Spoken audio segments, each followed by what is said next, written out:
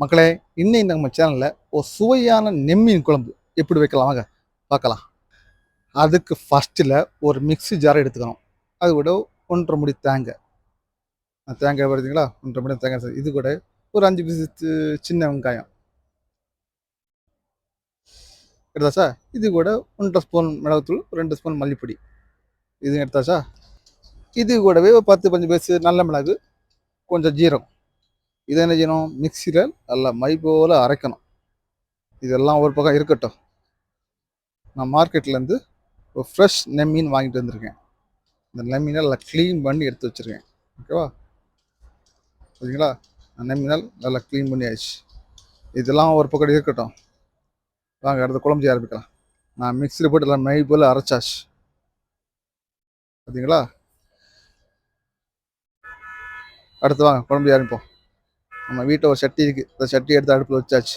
இந்த அரைச்ச மசாலா தூக்கி சட்டியில் தூக்கி தட்டுவோம். இது கூட புளி தண்ணி, உப்பு, காரம் கரெக்டாக இருக்குது. ஒரு தக்காளி வெட்டு போட்டாச்சு. ஓகேவா? சிவப்பு உருளை இருக்குல்ல, அதான் தக்காளி. ஓகேவா? தக்காளி முடியாச்சு. இது கூட மீன் நான் ஃப்ரெஷ்ஷாக வாங்கின நெம்மீனையும் போட்டாச்சு.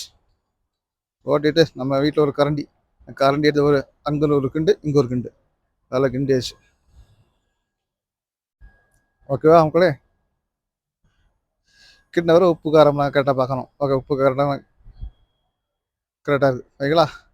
அதில் கொதிக்குது.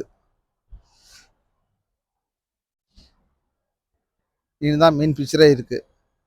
லாஸ்ட் என்ன ஒரு சின்ன சட்டியை எடுத்து அது கூட சின்ன ஆனியன் கட் பண்ணி, கொஞ்சம் கருவேப்பிலை, கொஞ்சம் கடுகு, அங்கே ஒரு கிண்டு, இங்கே ஒரு கிண்டு, நல்லா கிண்டிட்டு இந்த குழம்பு கொதிக்குது குழம்பு இருக்குல்ல, அது கூட தட்டிட்டு அப்படியே இறக்க வேண்டியதான். ஒரு சுவையான நெம்மீன் குழம்பு ரெடி.